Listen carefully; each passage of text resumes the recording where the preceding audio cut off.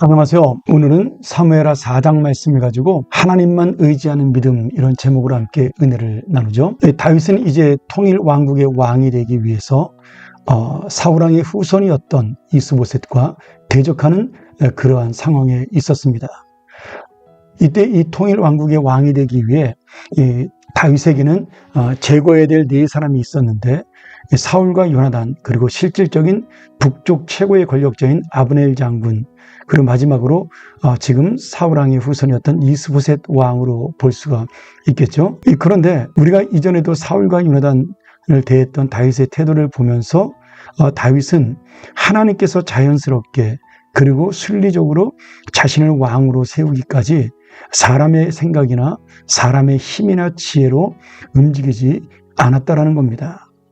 그렇기 때문에 이스라엘이 갖고 있었던 이 분열의 구도는 결국 이 다윗의 믿음대로 하나님의 절대적인 주권에 의해서 자연스럽게 다윗이 통일왕국의 왕이 되는 그러한 은혜를 만나게 됩니다. 오늘 우리가 이 다윗의 모습을 바라보면서 이 성도가 원수에 대해서 어떻게 바라봐야 될 것인가를 생각해 볼 수가 있겠죠.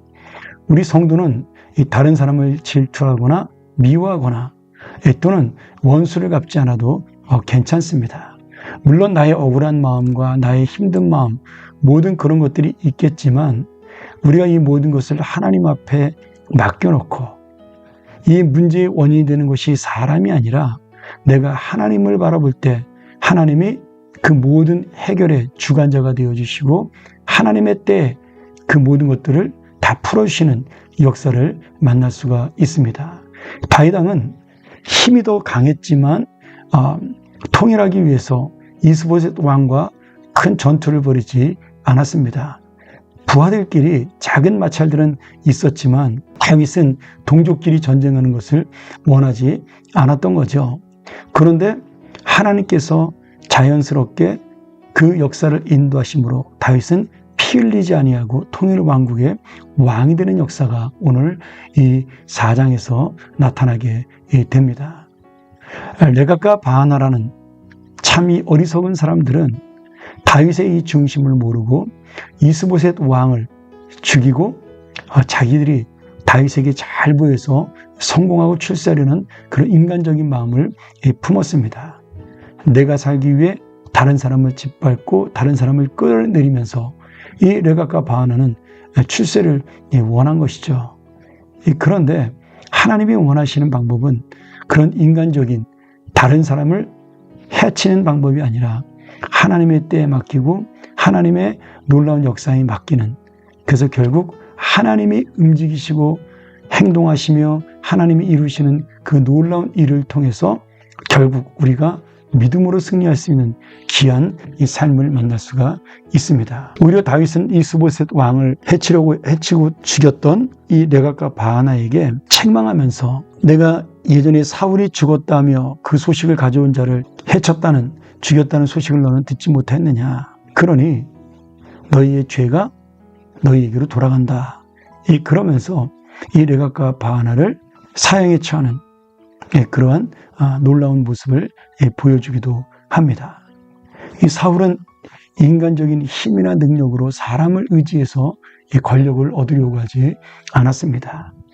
오직 그는 하나님을 의지했고 하나님의 방법을 사용했고 하나님의 생각에 자신의 삶을 맞췄습니다.